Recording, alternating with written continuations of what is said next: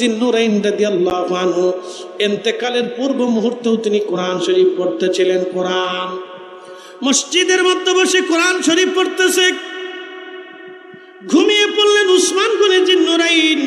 ঘুমানোর পরে হযরত উসমান রাদিয়াল্লাহু তাআলা আনহু উনি যখন ঘুমিয়ে পড়লেন, স্বপ্নের ভিতরে দেখতেছেন রাহমাতুল লিল আলামিন আমার নবীজি স্বপ্নে তাশরীফ এনেছেন। আমার রাসূল স্বপ্নে আসার পরে জিজ্ঞেস করলেন, উসমান তুমি কেমন আছো?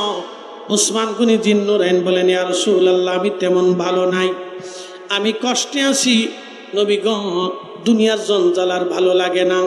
আল্লাহ রাসূল বলেন, উসমান তুমি কি দুনিয়াতে থাকবে না চলে আসবে? উসমান গনি জিন্নুরাইন রাদিয়াল্লাহু তাআলা আনহু বললেন, হ্যাঁ ইয়া রাসূলুল্লাহ দুনিয়াতে আমি আর থাকবো না, দুনিয়া ছেড়ে আমি চলে আসব।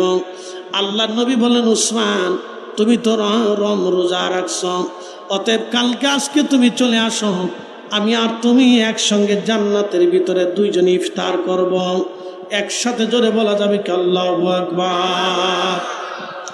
উসমান গনিকে নবীজি বলতেছে, উসমান তুমি চলে আসো, রাত্রিবেলা তুমি আর আমি একসাথে ইফতার করব জান্নাতে, তুমি আর আমি একসঙ্গে আজকে ইফতার করব। উসমান চলে আসো।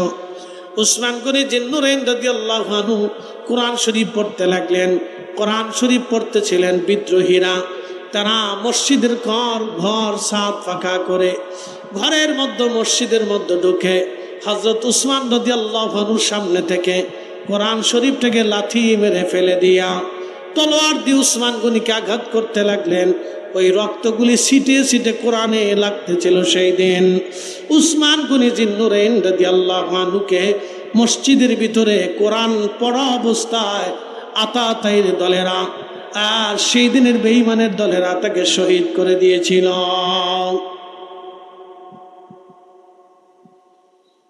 কোরআন পড়া অবস্থায় তিনি শহীদ হয়েছিলেন। কোরআন শরীফ পড়তে পড়তে পড়তে তিনি শহীদ হন। এই জন্য আমাদের রাসূলের একজন খাদেম আছে, তার নাম খাদেমে রাসূল হযরত আনাস রাদিয়াল্লাহু আনহু। আমাদের দেশে তো খালি বেদাতের ফতোয়া, এত বেদাতের ফতোয়ার কারণে আজকে মুসলমান কোণঠাসা হয়ে গেছে। কোন আমল করবে ভয় পায় না, জানি এটা করলে বেদাত না হয়ে যায়। হযরতে খাদেমে রাসূল আনাস রাদিয়াল্লাহু তাআলা আনহু তিনি রাত্রিবেলা সারা রাত কোরআন পড়তেন, সারা রাত ইবাদত করতেন, কোরআন শরীফ পড়তেন, উনি কোরআন খতম দিতেন সারা রাত। তাহাজ্জুদ নামাজ পড়ে কোরআনের 1-2 পারা বাকি রাখতেন। বাকি রাখার পরে হযরত খাদেমে রাসূল আনাস রাদিয়াল্লাহু আনহু যিনি 10টা বছর আমার নবীর কদমের খেদমত করেছেন, তিনি বলতেছেন, দুনিয়ার মানুষে আমি বাড়ি চলে যাইতাম। হযরত আনাস রাদিয়াল্লাহু আনহুর 100-এর উপরে সন্তান আল্লাহ দিয়েছিলেন। সুবহানাল্লাহ বলবেন না? না ঘুম আসতেছে? কত সন্তান? 100। জোরে বলেন কত? 100। এরকম বেটা বাংলাদেশে আসেনি। 100 সন্তান।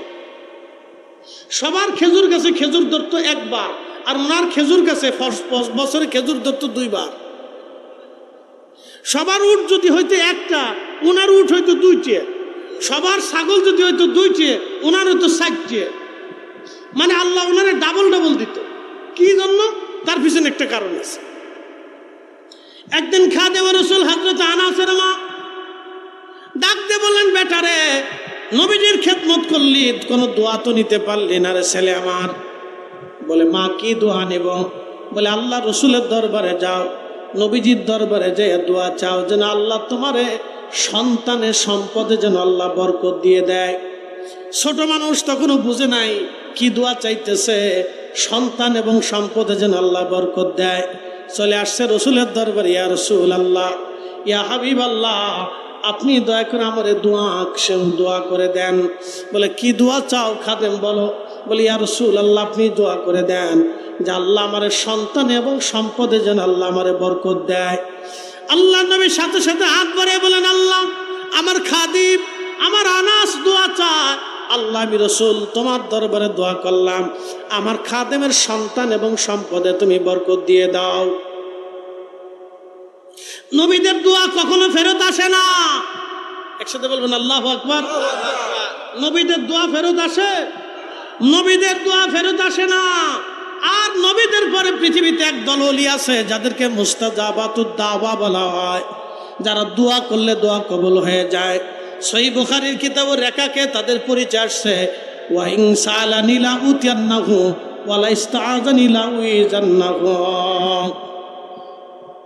আল্লাহর নবী বললেন, আমার উম্মতের বাগানের ভিতরে এমন কিছু উম্মত হবে, আমার উম্মতের বাগানে এমন কিছু উম্মত আসবে, আল্লাহর এমন কিছু পেয়ারা মেহবুব ওলি হবে যারা আল্লাহর কাছে বলতে দেরি হবে, আল্লাহর আকাশ থেকে আসতে দেরি হবে না, আল্লাহর দরবারে কবুল হতে দেরি হবে না, তারা চাইতে দেরি হবে, আল্লাহর আকাশ থেকে আসতে দেরি হবে না। এদেরকে মুস্তাজাবাতুদ দাওয়া বলা হয়। নবীর দোয়া কখনো বিফল হয় না, আর মুস্তাজাবাতুদ দাওয়া তাদেরকে আল্লাহ ফিরায় না। খুব মনোযোগ দিয়ে কথাগুলি শুনবেন। আল্লাহর রসুলের দোয়া কবুল হয়ে গেল। খাদেম রসুল হযরত আনাস রাদিয়াল্লাহু আনহুর 100 সন্তান আল্লাহ দিলেন। উনি কোরআনের বাকি কোরআন শরীফের 1 পারা 2 পারা রেখে দিতেন। 1-2 পারা রেখে দেওয়ার পরে এই কোরআন শরীফ উনি বাড়ি নিয়ে যাইতেন। 100 সন্তান এবং তাদের নাতিপুতি সহ সব বাচ্চা কাচ্চাদেরকে ডাকতেন, ঘরের মধ্যে বসতেন, বসাইয়া তাদের সামনে বাকি কোরআনের পারাগুলি তেলাওয়াত করতেন, সবাইরে পড়ে পড়ে শোনাইতেন। একবার জোরে বলা যাবে কি মারহাবা। এখন কি কোরআনের তেলাওয়াত আছে দেশে? নাই, ভুলে গেছে। নারীরাও কোরআন শরীফ পড়ে না, খালি ফেসবুক পড়ে,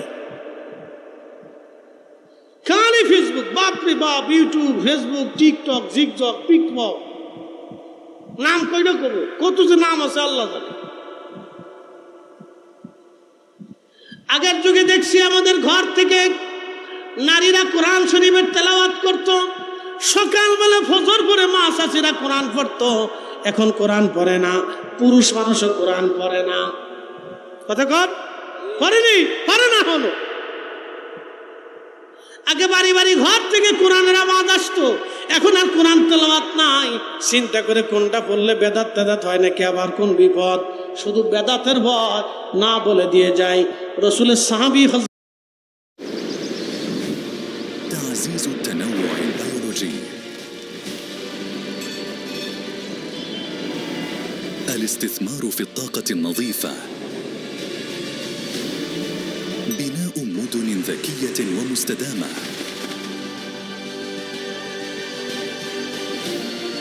قطر جهود متنوعة لحماية الموارد الطبيعية والحفاظ على البيئة للأجيال المقبلة.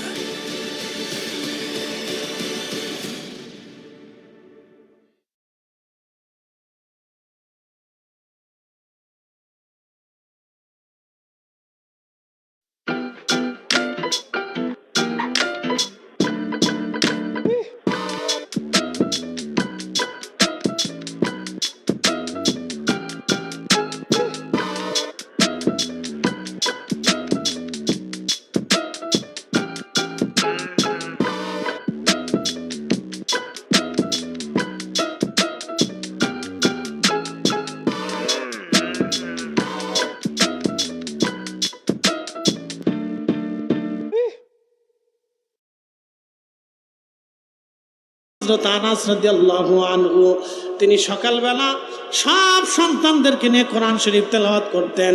বাকি পারা কোরআন শরীফ তেলাওয়াত শেষ করার পরে তখন তিনি সবাইকে নিয়ে জামাতের সাথে দোয়া করতেন। দোয়া শেষ হয়ে যাওয়ার পরে খাদেমুর রাসূল, আমার নবীর খাদেম, সন্তানদেরকে ডেকে বলতেন, এরা আমার আওলাদরা, আমার বংশধরেরা, আমি আমার মাসুক নবীর পবিত্র জবান থেকে শুনছি কোরআন খতম দেওয়ার পরে যে দোয়া করা হয়, এই দোয়া আল্লাহর দরবারে কবুল হয়ে যায়। এই একসাথে বলেন আল্লাহু আকবার। এই দোয়া কি চলবে? একসাথে বলেন, দোয়া চলবে? কোরআন খতম চলবে নি? তলবে এলেমদেরকে ডাকে না বাড়িতে কোরআন খতম দিবেন। যারা কোরআন পড়েন তারা বাড়িতে কোরআন খতম দিবেন। এটা খাদেম রাসূল হযরত আনাস রাদিয়াল্লাহু আনহুর আমল।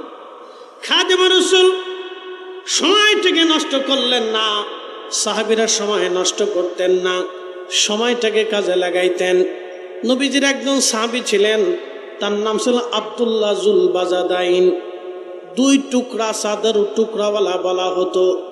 আব্দুল্লাহ জুল বাজাদাইন রাদিয়াল্লাহু আনহু মসজিদে নববীর ভিতরে জোরে জোরে জোরে জোরে জিকির করতেন, উচ্চ আওয়াজ দিয়ে আল্লাহ আল্লাহ আল্লাহ আল্লাহ আল্লাহ আল্লাহ আল্লাহ আল্লাহ। মসজিদে নববীতে নবীর মসজিদে জোরে জোরে জিকির করে জোরে জোরে আল্লাহ আল্লাহ আল্লাহ আল্লাহ। আর আমাদের দেশে একদল আছে জোরে জিকির করলো বেদাতের ফতোয়া দিয়ে, মানে কি যে জ্বালা পড়ছে মুসলমান তার শেষ নেই। আচ্ছা জোরে জিকির করলে জিকির করে কার? না একসাথে বলেন, না না জোরে বলেন কার? আস্তে জিকির করলে জিকির করে কার?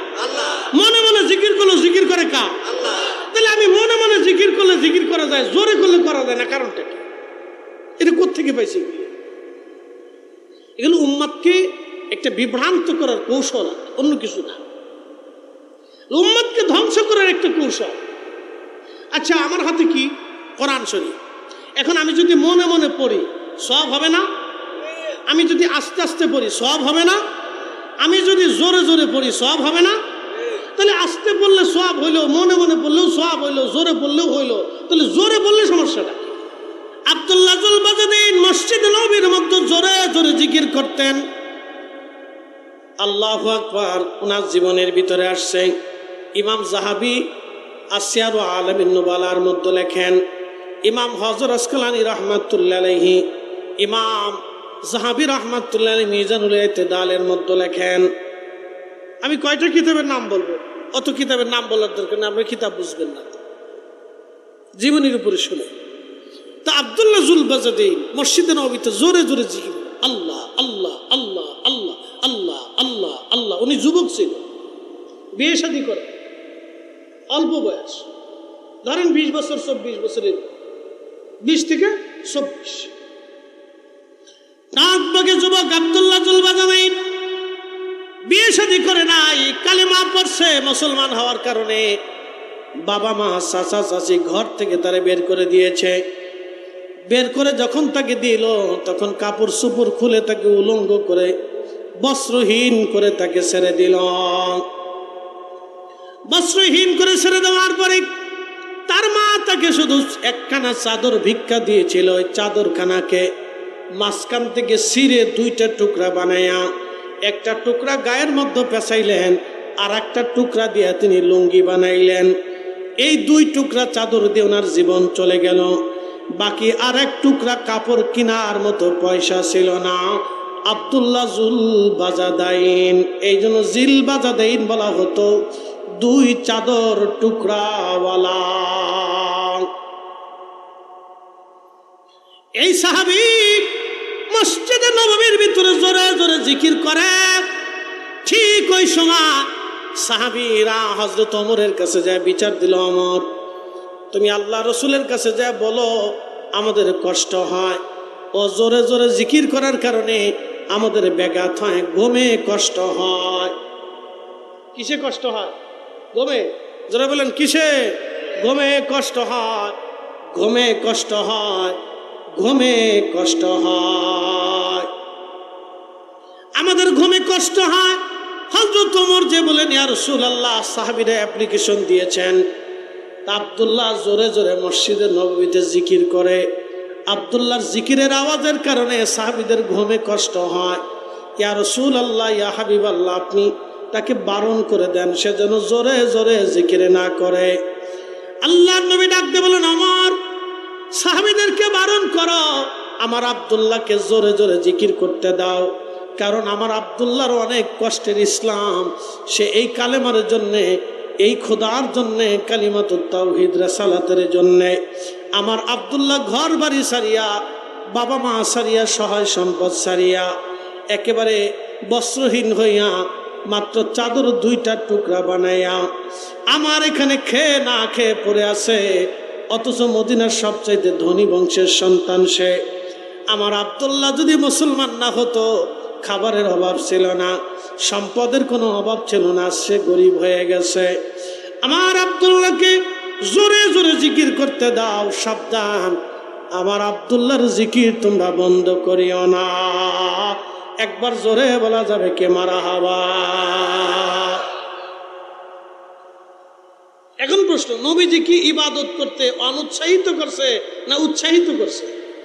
উৎসাহিত করছে। তা আমাদের কাজ হচ্ছে বেদাতের ফতোয়া দিয়ে বন্ধ করা না, আমাদের কাজ হচ্ছে উৎসাহিত করা। বেশি করে করুক, অসুবিধা নেই।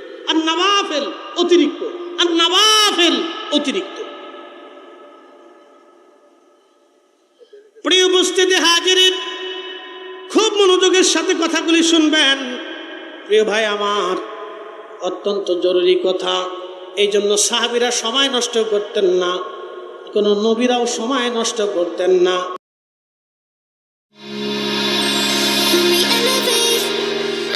বুজুর্গ যারা ছিলেন, ওলি যারা ছিলেন, তারা সময় নষ্ট করতেন না, সময়টাকে তারা কাজে লাগাইতেন। এই জন্য সময়টাকে বেহুদা নষ্ট করবেন না, সময়টাকে নষ্ট করবেন না। এরপরে আল্লাহ পাক বলেন, ওয়াল্লাযীনা হুম লিযাকাতি ফাইলুন, যারা তাদের সম্পদকে আল্লাহর রাস্তায় যাকাত দান করে। আল্লাহর পথে যারা যাকাত দেয়, আল্লাহর পথে যারা যাকাত দেয়, আল্লাহর পথে যারা যাকাত দেয়, তাদের সম্পদ থেকে যারা যাকাত আদায় করে, সম্পদকে যারা আল্লাহর রাস্তায় ব্যয় করে, আল্লাহর পথে যারা ব্যয় করে এবং যাকাত ফরজ হয়ে যাওয়ার পরে যারা যাকাত দেয়, আমার আল্লাহ বললেন তারা সফল কাম। আমাদের বাংলাদেশের যাকাতের পদ্ধতি হইল, সারা বছর ঈদ যখন আসে, তখন ঈদ আসার পরে আমাদের ঢাকা শহরের ওই যে গুলিস্তানে যায় দেখবেন মার্কেট আছে, যাকাতের মার্কেট। কিসের মার্কেট? যাকাতের মার্কেট আছে, যাকাতের কাপড় আছে, যাকাতের লুঙ্গি আছে, যাকাতের সালোয়ার কামিজ আছে, যাকাতের গেঞ্জি আছে। কম দামে 150 টাকার লুঙ্গি কিনে নিয়ে আসে, কিনে আইনে সারা দেশ ভরে মাইকিং করে এরপরে লুঙ্গি বিতরণ করে। বুঝবেন, এই লুঙ্গি বেটা পরছে, মাসখানিক পরার পরে পেশাব করতে বসে নিজেদের ঠাস করে ফাইরে ছিঁড়ে চলে গেছে, শেষ। এখন আপনারা বলেন, যাকাত হয়েছে? যাকাত কি হক আদায় হয়েছে? বলে কেন হয়নি? বলে দিয়েছে, আমি যেই লুঙ্গি পছন্দ করি, আমার ভাইকে আল্লাহর পথে দান করতে হলে সেই লুঙ্গি আমাকে দিতে হবে, এই জন্য যাকাত হয়, হক আদায় হয়। প্রিয় উপস্থিতি আমার, এই জন্য যাকাত আল্লাহ কোরআনের অপর আয়াতে বললেন, وَأَنْفِقُوا مِمَّا رَزَقْنَاكُمْ مِنْ قَبْلِ أَنْ يَأْتِيَ أَحَدَكُمُ الْمَوْتُ,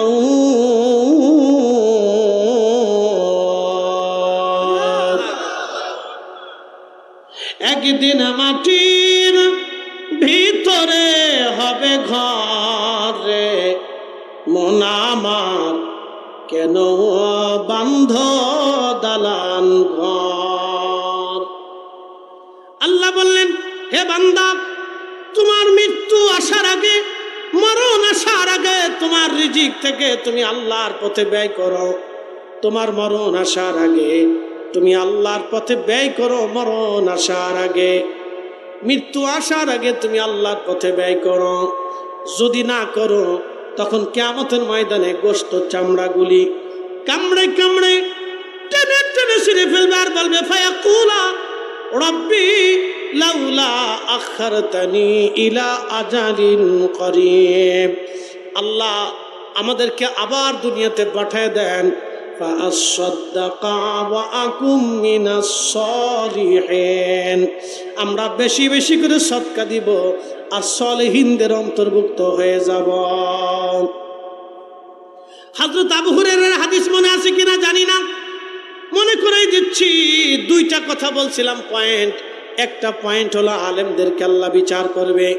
2 নম্বর পয়েন্ট হলো আমার আল্লাহ নামাজিদেরকে বিচার করে বলবে, নামাজি তুমি আমার জন্য নামাজ পড়ো নাই, তুমি সমাজের চিন্তায় নামাজ পড়েছ, অতএব তুমি ফাওয়াইলুল লিল মুসাল্লিন, চলে যাও, আজকে আমি আল্লাহর দরবারে কোনো বেনিফিট নাই। দুনিয়াতে মানুষ তোমাকে মুসল্লি বলেছিল, অতএব দুনিয়া পেয়ে গেছো, তুমি দুনিয়া চাইছো, দুনিয়া পাইছো, অতএব আমি আখেরাতে কিছুই পাবা না। আল্লাহ রসুলের সাহাবী আবু হুরায়রা বলতেছেন, তখন ওই আল্লাহর বান্দার হাত পা গুলি বেঁধে টেনে টেনে উপর করে তাকে জাহান্নামে নিয়ে চলে যাওয়া হবে। 3 নম্বর ওই যাকাত দেনেওয়ালা, শোনেন, 3 নম্বর ওই দান করনেওয়ালাকে আল্লাহ ডাক দিবে, আমার বান্দা দাঁড়াও, তুমি দান করছিলে আল্লাহ, কেন দান করছো? রব্বুল আলামিন, আল্লাহ আমি তোমার সন্তুষ্টির জন্য দান করছি। আল্লাহ বলবেন তুমি মিথ্যা কথা বলেছ, তুমি আমার সন্তুষ্টির জন্য দান করো নাই। মানুষ যাতে তোমাকে দানবীর বলে, মানুষ যাতে তোমাকে সমাজসেবক বলে, মানুষ যাতে তোমাকে দান শ্রেষ্ঠ বীর বলে, দানবীর শ্রেষ্ঠ দানকারী বলে, মানুষ তোমার প্রশংসা করে, এই জন্য তুমি দান করেছ, এই জন্য তুমি দান করেছ। হে আমার বান্দা, দুনিয়াতে মানুষ তোমাকে দানবীর বলেছে, দুনিয়াতে মানুষ তোমাকে সমাজসেবক বলে দিয়েছে, তুমি দুনিয়াতে ভোট পাওয়ার জন্য দান করেছ, সিম্পিতি পাওয়ার জন্য দান করেছ, মানুষের বাহবা পাওয়ার জন্য দান করেছ। দুনিয়াতে মানুষ তোমাকে বাহবা দিয়েছে, সিম্পিতি ভালোবাসা দিয়েছে, ভোট নির্বাচন দিয়েছে, অতএব আমি আল্লাহর দরবারে তুমি আর কিছুই পাবা না। আল্লাহ রাসূল বললেন ওই সময় তারা হাত পাগুলি বেঁধে টেনে টেনে টেনে টেনে জাহান্নামে নিক্ষেপ করা হয়ে যাবে। আহা, নবীজি বললেন দান করলো কিন্তু জাহান্নামে চলে গেল, নামাজ পড়লো কিন্তু জাহান্নামে চলে গেল, আলেম হলো কিন্তু জাহান্নামে চলে গেল। 4 নম্বর ওই ব্যক্তি যে আল্লাহর পথে জিহাদে শহীদ হয়ে যায়, ওই লোকটাকে আল্লাহ ডাক দিয়ে বলবে, হে আমার বান্দা, তুমি শহীদ হয়েছিলে কা? তুমি মারা গিয়েছিলে, তোমাকে মানুষ হত্যা কেন করছিল? বলে রব্বুল আলামিন, মানুষ আমাকে হত্যা করেছে, আমি তোমার জমিনে তোমার দিন প্রতিষ্ঠিত করতে গিয়েছিলাম আল্লাহ, সেই জন্য আমি শহীদ হয়ে গেছি। আল্লাহ বলবেন তুমি মিথ্যা বলেছ, তুমি দিন কায়েমের জন্য শহীদ হও নাই, তুমি আমি আল্লাহর পথে শহীদ হও নাই। মানুষ তোমাকে বীর শ্রেষ্ঠ বলবে, বীর যোদ্ধা বলবে, বীর বিক্রম বলবে, বীর শ্রেষ্ঠ বলবে, বীর বিক্রম বলবে, বীর যোদ্ধা বলবে। সেই জন্য তুমি যুদ্ধের ময়দানে গিয়া শহীদ হয়েছ। ও আমার বান্দা, দুনিয়ার মানুষ তোমাকে বীর শ্রেষ্ঠ বলেছে, বীর বিক্রম বলেছে, বীর প্রতীক তোমাকে দিয়েছে, বীর যোদ্ধা বলেছে। অতএব আল্লাহ আমি রবের দরবারে কোনো কিছুই তুমি পাবা না, দুনিয়াতে তুমি পেয়ে গেছ। আল্লাহ নবী আফসোস করে বলেন, সাহাবীরা, এই লোকটা আল্লাহর পথে জিহাদ করলো, শহীদ হলো, কিন্তু কিয়ামতে জান্নাত পাবে না। শুধু নিয়তের বরখেলাপ থাকার জন্যে, নিয়তের মধ্যে ভুল থাকার জন্যে।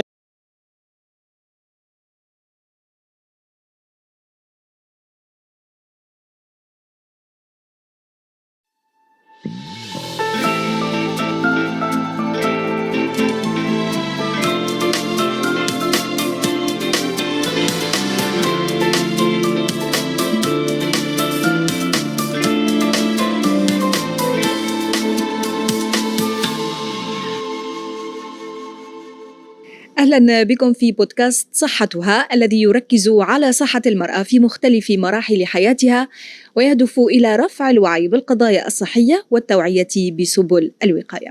هذا البودكاست من إعداد وإنتاج وايل كورنيل للطب قطر، ويستضيف نخبة من الأطباء والطبيبات خريجي الكلية لمناقشة أهم المواضيع الصحية وتبعاتها الاجتماعية. ومن هذه المواضيع الخاصة بالأمراض التي قد تصيب النساء نتناول اليوم موضوع أمراض الكلى. فمن المهم أن تنتبه নিয়ত যদি সহি হয়, অল্প আমলে নাজাতের জন্য যথেষ্ট হবে। কথা ঠিক কিনা? নিয়ত যদি সহি হয়, অল্প আমলে কি নাজাতের ব্যবস্থা হয়ে যাবে। আর নিয়ত যদি সহি না হয়, তাহলে 1000 বছর আমল করলেও কাজ হবে না। অতএব আপনাদের সামনে এগুলি উপস্থাপন করলাম। আল্লাহ আমাদেরকে এগুলি আমল করার তৌফিক দিক। সকলে বলে না আমিন। না না, একসাথে বলে না আমিন। এই জন্য মুমিনের পরিচয় আপনাদের সামনে তুলে ধরলাম। মুমিনের পরিচয়, তার মানে এখন মূল অর্থটা কি? আমাদের সব কিছু কার জন্য হতে হবে? ইখলাসের সাথে আল্লাহর জন্য করতে হবে। যদি করতে পারেন তাহলে সব কিছুতে কামিয়াব হবে। আর যদি না করতে পারেন, অহুত পরিমাণ দানও যদি করেন তাও লাভ হবে না। আপনার জীবন যুদ্ধে শহীদ হয়ে গেলেও কাজ হবে না। আপনি সারা জীবন নামাজ পড়লেন, হেরেমে নামাজ পড়লেও কাজ হবে না। আপনি লক্ষ লক্ষ হাদিস মুখস্থ থাকলেও কাজ হবে না। যদি আমল ইখলাসের সাথে না হয়, আল্লাহর জন্য না হয়। এই কথা মনে রাখবেন। আল্লাহ আমাদেরকে বোঝার তৌফিক দান করুন। সকলে বলে না আমিন। কিছু কথা আপনারা আশা করি বুঝতে পারছেন। এই কথাগুলি আপনারা বাড়ি পর্যন্ত নিয়ে যাবেন, দান করবেন, অধিক পরিমাণে দান করবেন, অধিক পরিমাণে সদকা দিবেন, আল্লাহকে খুশি করার জন্য দিবেন। আল্লাহকে খুশি করে দান করলে কি হয়, একটা ঘটনা বলবো। ইমাম আবুল ফারাজ ইবনুল জৌজি 900 বছর আগে তার একটা কিতাব লেখছেন উয়ুনুল হাকায়াতের ভিতরে তিনি ঘটনাটা লেখছেন। একসাথে বলবেন আল্লাহু আকবার। না না, জোরে বলেন, জোরে জোরে জোরে জোরে আল্লাহু আকবার। নারে তাকবীর। আমি জানি রাত বেশি, আপনারা দিনে পরিশ্রম করেন, কষ্ট দেব না। আলোচনার ইতি টেনে নিয়ে আসছি, ঘটনাটা আপনাদের সামনে উপস্থাপন করে এখান থেকে কিছু শিক্ষা নিয়ে আপনাদের কিনে দোয়া করবেন। বাইরে যারা আছেন ভিতরে চলে আসবেন, ঘোরাফেরা করবেন না। জীবনে বহু ঘুরবেন, কিন্তু কতদিন ঘুরবেন? হাত্তা জুরুতুমুল মাকাবির, কবর পর্যন্ত। এরপরে আর ঘোরাঘুরির সময় নেই। আমি সূরা মুমিনের দিকে চলে যাই। আল্লাহর কোরআন বলল, ক্বাদ আফলাহাল মুমিনুনাল্লাযীনা হুম ফি সালাতিহিম খাশিউন। কখনো তোমাকে যদি ভুলি, কখনো তোমাকে যদি ভুলি, হেদায়েতের আলো জেনে নিয় কাছে তুলি। কখনো তোমাকে যদি ভুলি, হেদায়েতের আলো জেনে নিয় কাছে তুলি। ঠাই দিও প্রিয়তম অগমহিয়ান, তুমি রহমান, তুমি মেহেরবান। অন্ধ গাহে না শুধু তোমারি গুণগান, অন্ধ গাহে না শুধু তোমারি গুণগান। বুঝে বুঝে না তবু শান, তুমি রহমান, তুমি মেহেরবান। রব্বুল আলামিন পবিত্র মহাগ্রন্থ কুরআনুল কারীমের ভিতরে আমার আল্লাহ বললেন, তারাই মুমিন, তারা সফল কাম হবে, ওই মুমিনরাই কামিয়াব হবে, তারাই সফল কাম। আল্লাযীনা হুম ফি সালাতিহিম খাশিউন। যারা নামাজে খুশু অবলম্বন করে তারা মুমিন। এই আমার দিকে তাকান। যারা নামাজে খুশু অবলম্বন করে তারা মুমিন। প্রথমে আল্লাহ সালাতের কথা বললেন, নামাজ। প্রশ্ন রাখতে পারেন, ফরিদি হুজুর নামাজের কথা কেন আসলো? বুঝে যাবেন আপনি মুসলমান হয়েছেন, কালেমা পড়েছেন। ইসলামের ভিত্তি বেসিস হলো 5টা। বুনিয়াল ইসলাম আলা খামসিন, ইসলামের বেনা হলো 5টা, ইসলামের বেসিস হলো 5টা। এই যে সামিয়ানা প্যান্ডেল দেখেন, এর খুঁটি আছে, অনেকগুলি খুঁটি দেওয়া আছে। ধরেন এইখানে একেবারে 2, 4, 5, 6, 3, 6, 18 অথবা 22-25টা খুঁটি এখানে দেওয়া আছে। 25টা খুঁটির মধ্যে যদি আপনি এখান থেকে 10টা খুঁটি ছেড়ে ফেলে দেন, তাহলে প্যান্ডেল দুর্বল হয়ে যাবে। আরো 10টা যদি ফেলে দেন, তাহলে প্যান্ডেল ভেঙে পড়ে যাবে। এটার নাম হলো বেসিস, ভিত্তি। ইসলামের মধ্যে 5টা জিনিস ইসলামের ভিত্তি। প্রথম নম্বরে বুনিয়াল ইসলাম আলা খামসিন শাহাদাতি আল্লাহ ইলাহা ইল্লাল্লাহ ওয়া আন্না মুহাম্মাদান আবদুহু ওয়া রাসূলুহু। প্রথম নাম্বার হচ্ছে এক আল্লাহর উপরে বিশ্বাস স্থাপন করা, আমার আল্লাহ ছাড়া আর কোনো রব নাই। 2 নাম্বার হচ্ছে আল্লাহর নবী, আমাদের পেয়ারা রসুল মেহবুব আলা, তিনি আল্লাহর প্রেরিত রসুল এবং আল্লাহর পেয়ারা বান্দা এবং তার মেহবুব। 2 নাম্বার আমার রসুল বললেন, ওয়া ইকামিস সালাত, একেবারে ঈমান আনার সাথে সাথে সালাত, নামাজ প্রতিষ্ঠিত করা, তোমাদের জীবনে সালাত প্রতিষ্ঠিত করা, নামাজ প্রতিষ্ঠিত করা, সালাত প্রতিষ্ঠিত করা। এই জন্য মুমিনের পরিচয় প্রথমে আসছে আল্লাযীনা হুম ফি সালাতিহিম খাশিউন, খুশু খুজুর সাথে নামাজ আদায় করা, একাগ্র চিত্তে শুধু আল্লাহর জন্য নামাজ পড়া। আমাদের দেশে কিছু নামাজ আছে বিয়াই নামাজ। এই আমার দিকে তাকান, বুঝতে কি কষ্ট হইতেছে? এক নম্বরে বিয়াই নামাজ। কি নামাজ? বিয়াই নামাজ। এক নাম্বার হচ্ছে বিয়াই নামাজ। নতুন বিয়াই বাড়ি বেড়াইতে আসছে, চিন্তা করলো নামাজ যদি না পড়ি তো বিয়াই কি মনে করবে। মূলত সেই লোকটা বিয়ের ভয়ে নামাজ পড়ছে, আল্লাহর ভয়ে নামাজ পড়ে নাই। কি কথা ঠিক আছে না? আমাদের নামাজ কার ভয়ে? না না, একসাথে বলেন, ভয়টা কার হবে? মসজিদে কার ভয়ে যান? নামাজ না পড়লে কি পুলিশে ধরে? মামলা হয়? নামাজ না পড়লে এদেশে মামলা হয় না, পুলিশেও ধরে না। তো মূলত কেউ যদি মসজিদে যায় তাহলে বুঝে গেল সে আল্লাহর জন্যই যায়। তা আপনি মসজিদে তো আল্লাহর জন্য যাবেন, কিন্তু যদি ওই নামাজটা বিয়ের ভয়ে হয়, চিন্তা করলেন নতুন বিয়াই বাড়ি গেলাম, নামাজ যদি না পড়ি বিয়াই কি বলবে, সেই জন্য আপনি নামাজে দাঁড়াইলেন। এই নামাজ তো হলোই না।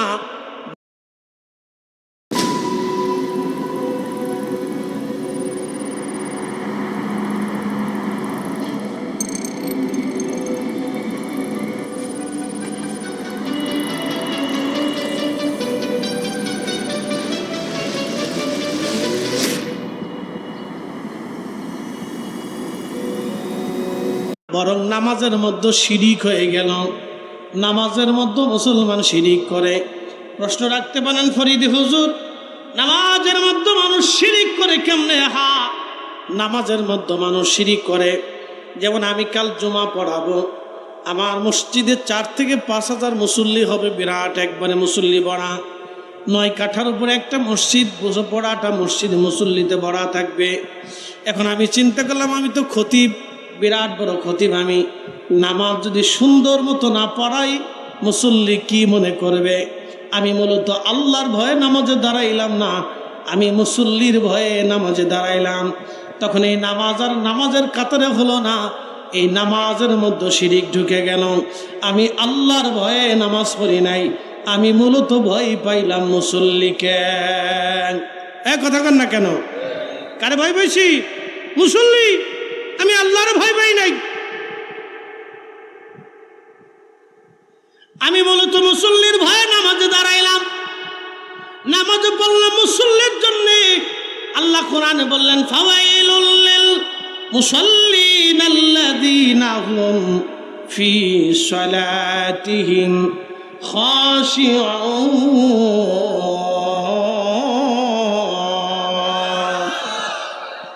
এই জন্য লোক দেখানো ইবাদত আল্লাহর কাছে 4 পয়সাও দাম নাই, 4 পয়সাও দাম নাই।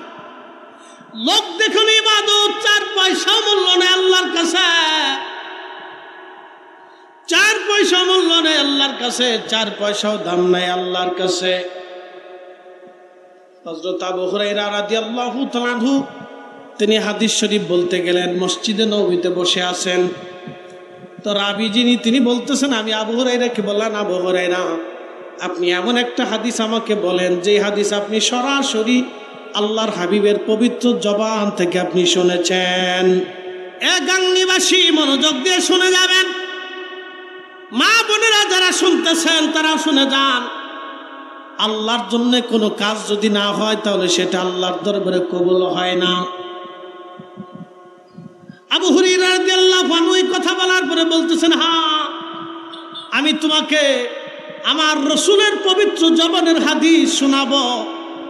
এই কথা বলার পরে আবু হুরায়রা অজ্ঞান হয়ে গেলেন। আবার হুঁশ ফিরে আসলো। আবার তিনি বলতেছেন, হে আল্লাহর বান্দা নবীর সাহাবী আবু হুরায়রা, আপনি দয়া করে এমন একটা হাদিস আমাকে শুনান যে হাদিসটা আপনি সরাসরি আল্লাহর হাবিবের জবান মুবারক থেকে শুনেছেন।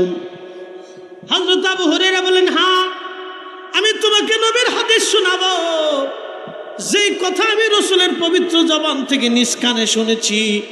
এই কথা বলার পরে আবু হুরায়রা আবার অজ্ঞান হয়ে গেলেন। রাবি বলতেছেন, আমি আশ্চর্য হলাম তিনি অজ্ঞান হয়ে যান কেন, কারণটা কি? তৃতীয়বার হুশ আসলো, তৃতীয়বার আবার আমি তাকে বললাম, আবার অজ্ঞান হয়ে গেল। আবার আমি তার মাথায় পানি ঢাললাম, হুশ ফিরে আসলো। হুশ ফিরে আসার পরে আবু হুরায়রা বলতেছে, আল্লাহর বান্দা, আমি তোমাকে আজকে একটা ভয়াবহ হাদিস শোনাবো, যে হাদিস আমার নবীজির পবিত্র জবান থেকে আমি শুনেছি। এরা বাজারে, রাস্তাঘাটে, দোকানে পাটে যারা বসে বসে আছেন, আমি তাদেরকে বলবো, বন্ধু আমার, বসে থাকবেন না, চলে আসেন, কারণ মৃত্যু আপনার আমার পিছে পিছে ঘুরতেছে। কি কথা বলেন, ঠিক কিনা? মরণ আপনার পিছে আমার পিছে পিছে ঘুরতেছে। সময় শেষ হয়ে গেলে 1 সেকেন্ড থাকার আর কোনো সুযোগ নাই। সময় যদি শেষ হয়, 1 সেকেন্ড থাকার আর কোনো সুযোগ নাই। আবু হুরায়রা বলতেছেন, ও আল্লাহর বান্দা, আমি আমার রাসূলের পবিত্র জবান মোবারক থেকে শুনছি, আল্লাহর নবী বলেছেন, আমার উম্মতেরা 4 ব্যক্তিকে কিয়ামতের ময়দানে আল্লাহ জিজ্ঞাসা করবে, এবং 4 জনকে আল্লাহ জাহান্নামে শিকল পরে টেনে নিয়ে চলে যাবে। কিন্তু জমিনের ভিতরে 4 জনই বড় শ্রেষ্ঠ ব্যক্তি। প্রথম নাম্বার, আল্লাহ ওই কারীকে ডাক দিবেন, যেই কারী সুন্দর করে কোরআন তেলাওয়াত করত। ওই কারীকে আল্লাহ ডাক দিবেন, ওই আলেমকে আল্লাহ ডাক দিবেন। ডাক দিয়ে বলবে, হে কারী, তুমি কোরআন পড়তা। কারী রে, আমি তোমাকে কোরআন শিখিয়েছিলাম, তুমি কোরআন শরীফ পড়েছ? বলে, হ্যাঁ রব, আমি কোরআন পড়েছি, কোরআন মানুষকে শুনিয়েছি, কোরআনের মর্ম আমি মানুষকে জানিয়েছি, কোরআনের বিধান আমি মানুষকে শিখাইছি। আল্লাহ, আমি কোরআনের মর্ম, কোরআনের আইন, কোরআনের বিধান আমি মানুষকে শিখিয়েছি। আল্লাহ, কোরআন আমি তেলাওয়াত করে করে শোনাইছি। আল্লাহ, এই পবিত্র কোরআন আমি তোমার বান্দাদেরকে শোনাইছি। আল্লাহ, আল্লাহ পাক বলবেন, ও আমার বান্দা, কি জন্য শোনাইছো বলো, কি জন্য? বলে, আল্লাহ তোমার জন্য। আমার আল্লাহ বলবেন, না বান্দা, তুমি মিথ্যা কথা বলেছ, তুমি আমার জন্য কোরআন তেলাওয়াত করো নাই, আমার জন্য তুমি কোরআন শরীফ শিখো নাই, বরং আমার জন্য তুমি কোরআন বুঝাও নাই। বরং মানুষ তোমাকে অনেক বড় আলেম বলবে, অনেক বড় কারি বলবে, অনেক বড় মুফতি বলবে, অনেক বড় বক্তা বলবে, নারে তাকবীর, নারে রিসালাতের স্লোগান দিয়ে তোমারে মাঠে উঠাবে, স্টেজে উঠাবে, বিরাট বড় সম্মান করবে। সেই জন্যে তুমি বক্তা হয়েছ, আলেম হয়েছ, সেই জন্যে তুমি কোরআন শিখেছ। হে আমার বান্দা, তুমি অনেক বড় আলেম হয়েছ, হাদিস মুখস্থ করেছ, কোরআনের কারি হয়েছ, তুমি অনেক বড় কারি হয়েছ। আমার বান্দা, তুমি আমার জন্য করো নাই, মানুষ তোমাকে বড় কারি বলবে, অনেক বড় কারি, বিশ্ববিখ্যাত কারি, বিশ্ববিখ্যাত আলেম, বিশ্ববিখ্যাত মুফাসসির, বিশ্ববিখ্যাত আলেম, বিশ্ববিখ্যাত মুহাদ্দিস, বিশ্ববিখ্যাত ফকিহ, সব বিশ্ববিখ্যাত আন্তর্জাতিক খ্যাতিসম্পন্ন বলবে, তুমি এই জন্যেই কোরআন শিখেছ। এ আমার বান্দা, আজকে তুমি বিনিময় কিছুই পাবা না, কারণ দুনিয়ার ভিতরে তোমাকে মানুষ বিশ্ববিখ্যাত বলেছে, তোমাকেও অনেক বড় কারি বলেছে, দুনিয়ায় সম্মান পেয়ে গেছো। তুমি দুনিয়ার জন্য করেছো, দুনিয়া পেয়ে গেছো, আখেরাতের জন্য কিছু করো নাই। অতএব আজকে আখেরাতের দরবারে, আমি রব্বে কারিমের দরবারে তোমার কোনো জায়গা হবে না। ويسألونك عن اليتامى قل إصلاح لهم خير لقد خلفت الأحداث في سوريا ملايين القتلى وملايين الأسر المشردة واليتامى بلا تعليم وبلا مأوى وبلا رعاية وبلا من يكفلهم. هذه المؤسسة مؤسسة هيومانيتي لا يقومون فقط على إطعام الجائع من الأيتام، بل يبنون لهم مستقبلا مشرق، يقومون على إطعامهم وكسوتهم وتعليمهم ودوائهم. نرجوكم، نستغيث بكم، فأنتم أملنا بعد الله.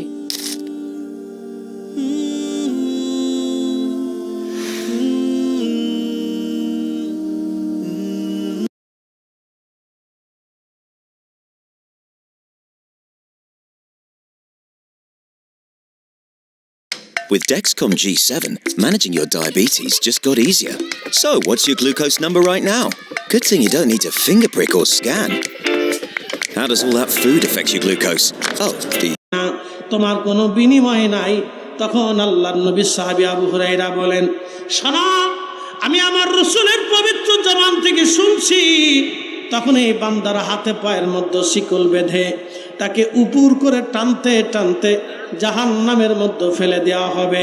আর সে জোরে জোরে চিৎকার করতে থাকবে, কিন্তু তাকে টানতে টানতে জাহান্নামে পাঠানো হবে। অথচ দুনিয়াতে আন্তর্জাতিক খ্যাতি সম্পন্ন ছিল।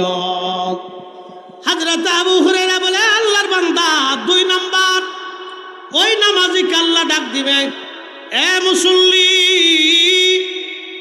আসো আমার কাছে, তুমি আসো, তোমার নামাজের হিসাব দাও। আল্লাহ, আমি নামাজ পড়েছিলাম, 5 ওয়াক্ত নামাজ পড়েছি, এই নামাজ পড়েছি রব্বুল আলামিন, আল্লাহ আমি এই নামাজ পড়েছি। আল্লাহ ডাক দিবে, ও বান্দা, তুমি কি আমার জন্য নামাজ পড়ছো? বলে, হ্যাঁ রব, আপনার জন্য নামাজ পড়েছি। কুল ইন্না সালাতি ওয়া নুসুকি ওয়া মাহইয়ায়া ওয়া মামাতি লিল্লাহি রাব্বিল আলামিন।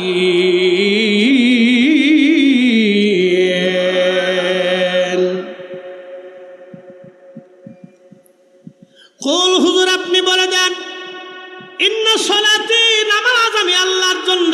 নামাজ কার জন্য? না না, জোরে বলেন, কার? নামাজ হবে আল্লাহর জন্য। আপনি নামাজে দাঁড়িয়ে গেলেন, আল্লাহু আকবার, নামাজে দাঁড়িয়েছে। ইমাম সাহেব হুজুর নামাজে দাঁড়ানো, আপনি নামাজে দাঁড়াইলেন।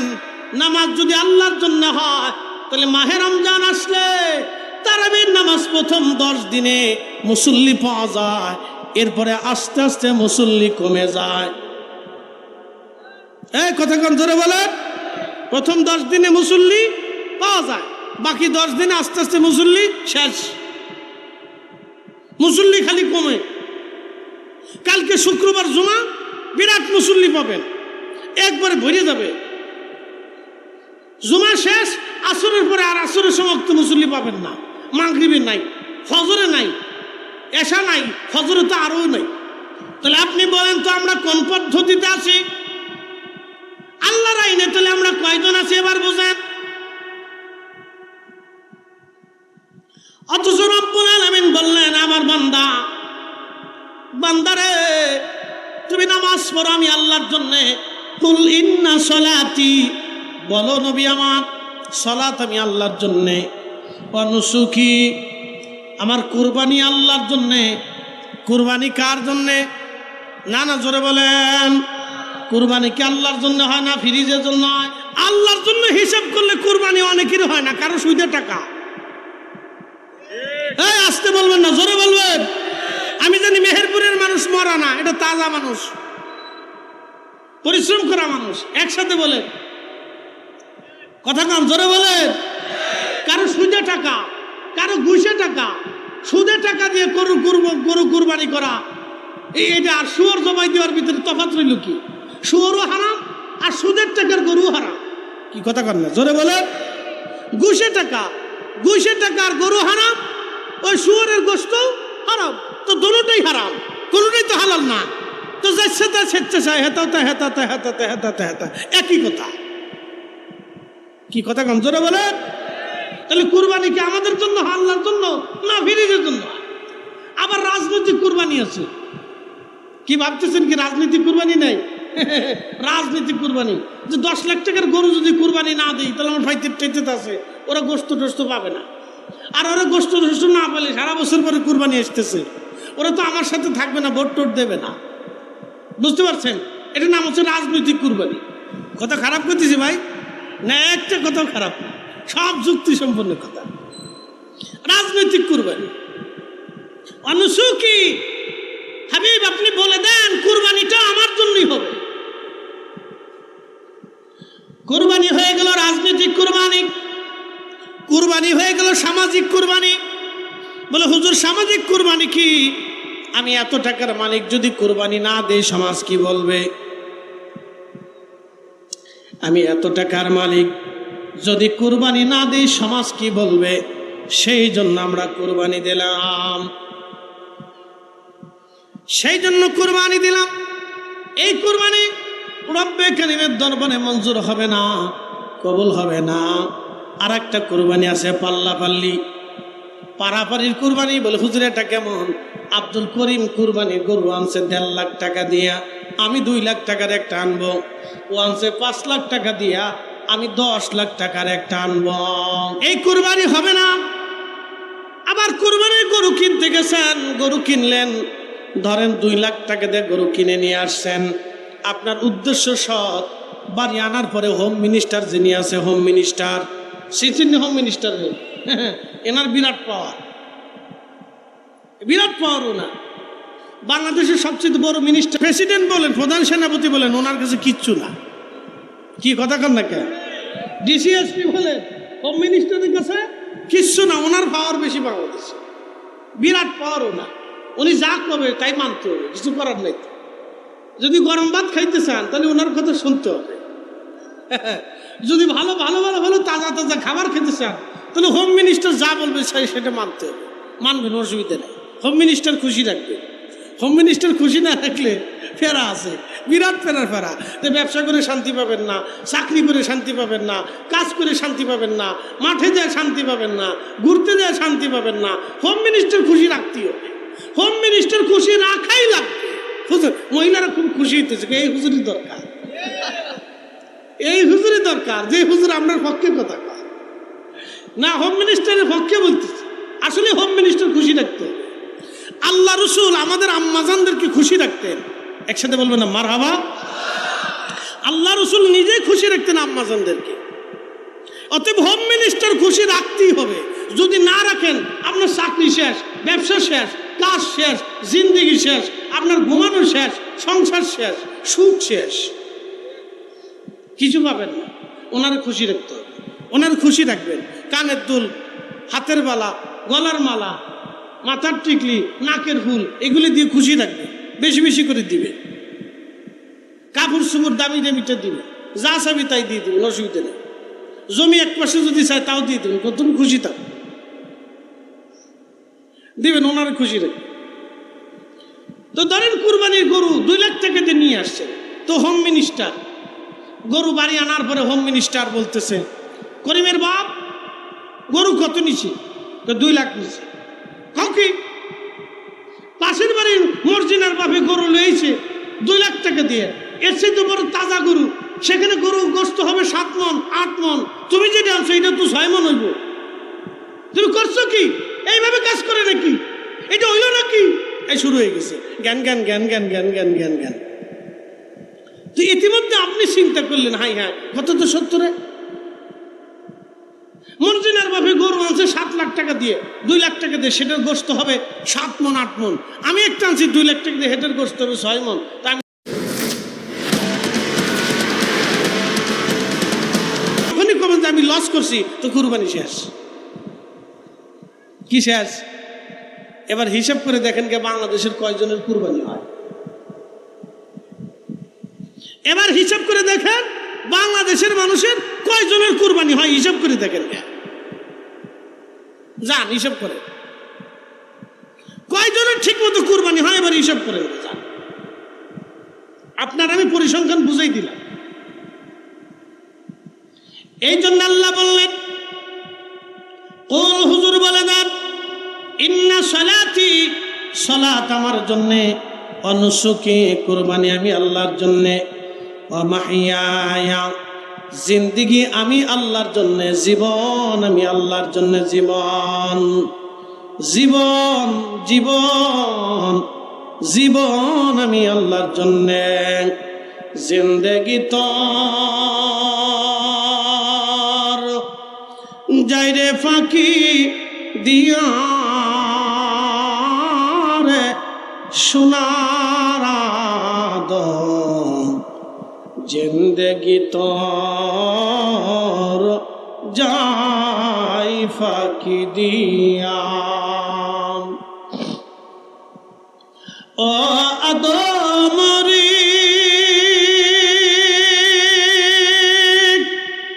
পাক ধর দন্তবাসে গোটাচারি সমন জারি গিয়াছে করিয়ারে সোনার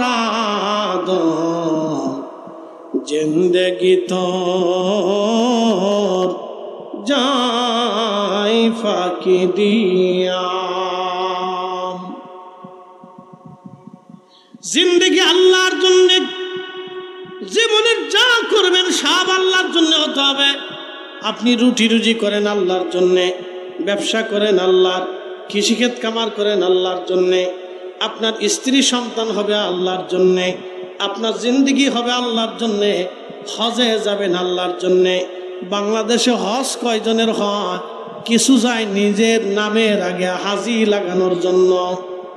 কি কথা কন না? কেউ আছে নিজের নামের আগে হাজি লাগানোর জন্য হজে যায়,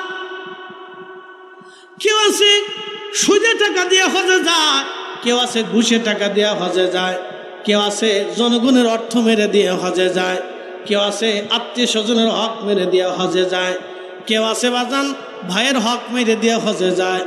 এমন ভাই আছে 12 বছর ধরে বোনের হক মিটায় না, তারাও হজে চলে যায়। এই হজের 4 পয়সা মূল্য নাই। কথা কোন ঠিক কিনা? এ 4 পয়সাও দাম নাই। তাহলে বলেন সব কিছু হবে কার জন্যে? একসাথে বলেন কার? নামাজ হবে কার জন্যে? আল্লাহর। নামাজে দাঁড়িয়ে গেলেন, ইমাম সাহেব হুজুর শুরু করছে আলহামদুলিল্লাহি রাব্বিল আলামিন আর রহমানির রহিম মালিক ইয়াউমিদ্দিন ইয়্যাকা না'বুদু ওয়া ইয়্যাকা নাস্তাঈন। সুন্দর করে নামাজে দাঁড়াইলেন, ইমাম সাহেব হুজুর সুন্দর করে কেরাত পড়তেছে, আপনি দাঁড়াইলেন আল্লাহর সামনে, মন চলে গেল গরুর কাছে। হায় হায়, গরুটা জমিনে মাঠে বেঁধে রাখছিলাম, না জানি এই গরু সরে নিয়ে গেল না চলে গেল।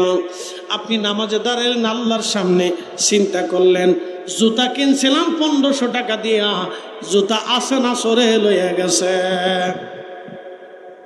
তার মানে আপনি নামাজে দাঁড়িয়েছেন কার সামনে? আল্লাহ। একসাথে বলেন কার সামনে? যারা বলেন কার সামনে? আল্লাহর সামনে। আপনি নামাজে দাঁড়াইলেন আল্লাহর সামনে, কিন্তু অন্তর চলে গেল জুতার কাছে। আপনি নামাজে দাঁড়াইলেন আল্লাহর সামনে, কিন্তু হৃদয় চলে গেল মাঠের গরুর কাছে। আপনি নামাজে দাঁড়াইলেন আল্লাহর সামনে, কিন্তু অন্তর চলে গেল ব্যবসার কাছে। এই নামাজে মুমিন হওয়া যাবে না। এই জন্য আল্লাহ কোরআনে বললেন কদ আফলাহাল মুমিনুনাল্লাযীনা হুম ফি সালাতিহিম খাশিউন। খুশুর সাথে নামাজ পড়ো, ওই মুমিন সফল কাম যে আমি আল্লাহর জন্য নামাজ পড়ে, আমি আল্লাহর জন্য নামাজ পড়ে, আমি আল্লাহর জন্য নামাজ পড়ে সে সফল কাম। যে আমি আল্লাহর জন্য নামাজ পড়ে সে সফল কাম, যে আমি আল্লাহর উদ্দেশ্যে নামাজ পড়ে সালাত আদায় করে সে সফল কাম। এক ইমাম সাহেব 3 রাকাত পড়াইয়া সালাম ফিরে গেছে। তো ভুল হতেই পারে, মানুষ মাত্রই ভুল হয়। তো সালাম ফিরে মুসল্লিদেরকে বলতেছে, মুসল্লিরা আমি যে নামাজ পড়ছি 4 রাকাত হয়েছি না 3 রাকাত পড়ছি, আমার সন্দেহ সন্দেহ লাগতেছে। তো মুসল্লিরা কা হুজুর আপনি যেমনে পড়ছেন আমরা ওইভাবে পড়ে বলছি। তো আর এক মুসল্লি দ্বারা কা হুজুর নামাজ আজকে 3 রাকাতই হয়েছে। বলে কেমনে বুঝলেন? সবাই কেউ বুঝতে পারলো না, আপনি কেমনে বুঝলেন? কা হুজুর আমি প্রত্যেক রাকাতে এক দোকানের হিসেব করি, আমার দোকান হলো 60টা। তো আজকে 3 দোকানের হিসেব হয়েছে, এক দোকান ওখানে একটা বাদ আছে। বুঝতে পারছে? এরকম নামাজি বহুত আছে, নামাজের ভিতরে দাঁড়াইয়া দোকানের ভিতরে চলে যায়, নামাজের ভিতরে দাঁড়াইয়া এই স্ত্রীর কাছে চলে যায়, নামাজের ভিতরে দাঁড়াইয়া ছোটকালে স্মরণে চলে যায়। এই নামাজ আপনাকে সফল কাম করবে না, মুমিন বানাবে না। আপনি মুসল্লি হবেন, কিন্তু মুসল্লির ভিতরে 2 ভাগ আছে, একটা হলো মুমিন মুসল্লি আর একটা হলো ফাওয়াইলুল লিল মুসল্লিন, মানুষ দেখানো মুসল্লি। এই জন্য সলাতের ভিতরে শিরিক আছে। বলে হুজুর কেমন শিরিক? সমাজে একসাথে বিচার সালিশে বসছে, বিচার সালিশে বসার পরে চিন্তা করলো, ইমাম সাহেব হুজুর ঘোষণা দিল যেহেতু জোহরের আজান পড়ছে, আসেন আমরা আজানে নামাজ পড়ে নিই। এর ভিতরে এমন কিছু নামাজ বিচার সালিশে আসে যারা নামাজ কালাম পড়ে না, পেশাব করেও পানি লয় না। কি বুঝেন নাই মনে হয় আমার কথা? অনেকে আছে বিচার সালিশ করে, পেশাব করেও পানি লয় না, কিন্তু বিচার সালিশে বুঝছে। যখন ঠিক এইরকম নামাজি মসজিদের মধ্যে নামাজে ঢুকলো, তখন সে চিন্তা করলো আমি নামাজ পড়ব, এখন যদি নামাজে না যাই সমাজ কি বলবে, এলাকার মানুষ কি বলবে। তখন সে নামাজে গেল সমাজের ভয়ে, এলাকার মানুষের ভয়ে, আল্লাহর ভয়ে নামাজে দাঁড়ায় নাই। ওই নামাজটা আল্লাহর দরবারে শিরিক হিসেবে গণ্য হবে, কারণ সে আল্লাহ ব্যতীত মানুষকে ভয় পেয়েছে, এই জন্য তার শিরিক হয়ে যাবে নামাজ। নামাজ তো হবেই না, নামাজের মধ্যে শিরিক ঢুকবে, নামাজে শিরিক। নামাজ শেষ, নামাজ নাই, কিছু নেই, এক কথাই শেষ। নামাজ নাই, কিছু নেই, নামাজ আছে, সব আছে, নামাজ নেই, কিচ্ছু নেই।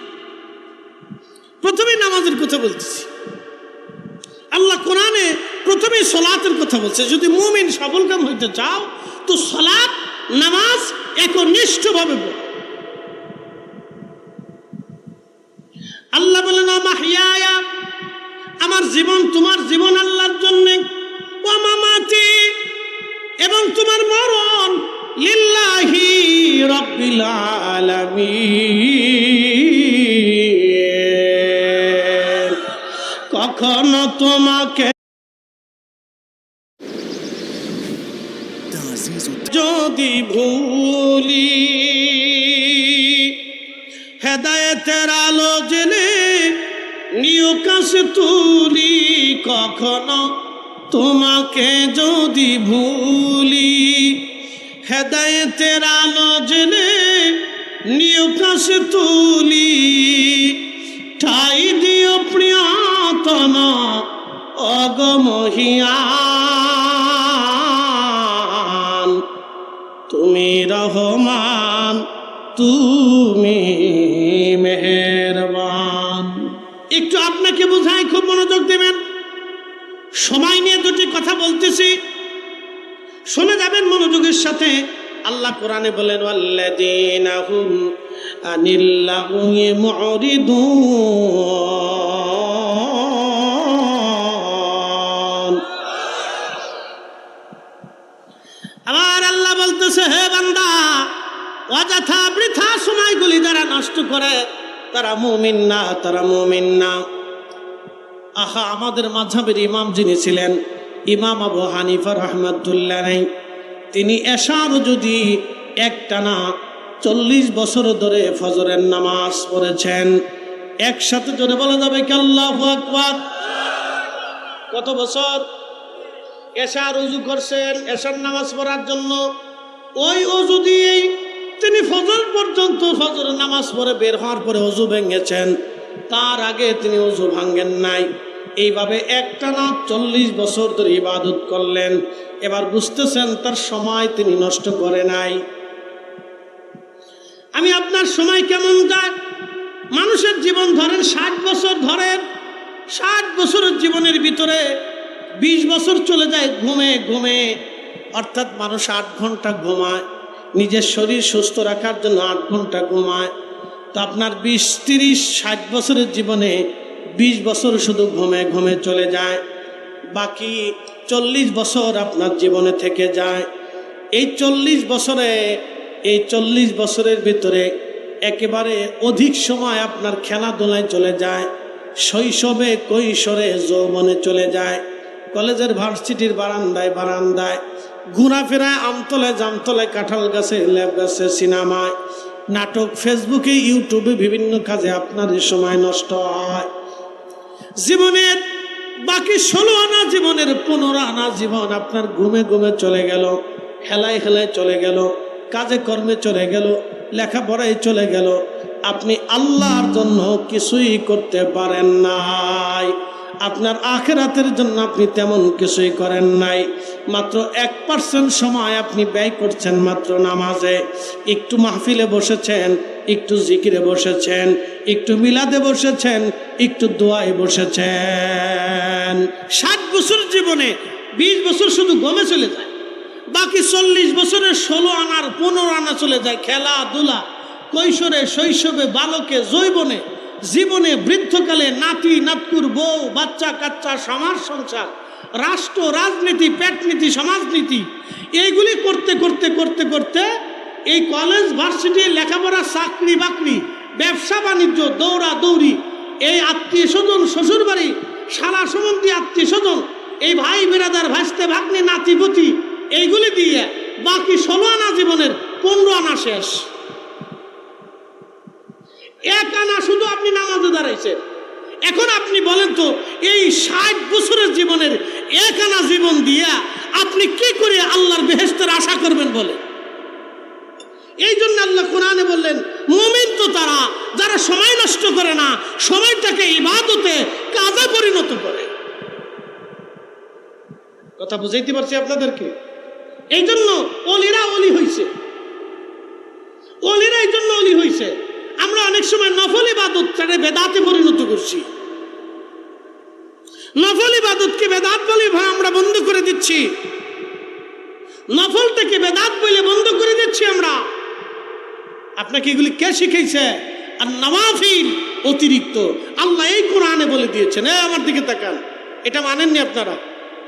না না, একসাথে বলতে হবে, না জোরে বলতে হবে, না না হয় না, হয় না, জিম লাগতেছে, একসাথে বলো মানেন। জোরে বলেন মানেননি, হাত উঁচা করে বলেন মানেননি, মানেন। আচ্ছা যদি মানেন তাহলে একসাথে বলুন তো আল্লাহু আকবার। কোরআন শরীফ থেকে একটা আয়াত শুনাইতেছি,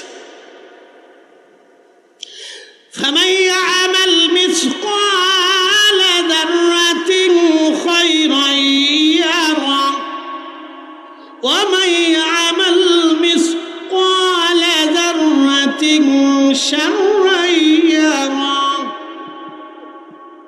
রব্বুল আলামিন এই কোরআনে বললেন, অনুপরিমাণ খালি চোখে যে বিন্দুটা দেখা যায় না, অনুপরিমাণ নেকের কাজ যদি তুমি করো, আমি রব্বুল আলামিন তারও বেনিফিট তোমাকে দিয়ে দিব। অনুপরিমাণ তুমি যদি ইবাদত করো, নেক করো, আমি আল্লাহ তারও বেনিফিট তোমাকে দিয়ে দিব। আচ্ছা বলেন, ফজরের নামাজের পরে আপনি কিছু সময় ঘরের মধ্যে বসে জিকির করলেন, তাহলে অনুপরিমাণ নেকও যদি হয় তারও বেনিফিট আপনি পাবেন। বাড়িতে মিলাদ দিলেন, দুরুদ হলো, জিকির হলো, দোয়া হলো, তার বেনিফিট আপনি সামান্য পরিমাণ হলেও আপনি পেয়ে যাবেন। এক দুরুদে 10টা নেকি হয়, এক কোরআনের হরফে 10টা নেকি হয়। কোরআন শরীফ পড়লেন, কালেমা শরীফ পড়লেন, আপনি জিকির করলেন, তাসবিহ পড়লেন, দুরুদ পড়লেন, এরপরে আপনি দোয়া করলেন, দোয়া, এই যতটুকু নেকি হয় আমার আল্লাহ বললেন তারও বেনিফিট আমি তোমাকে দিয়ে দেব।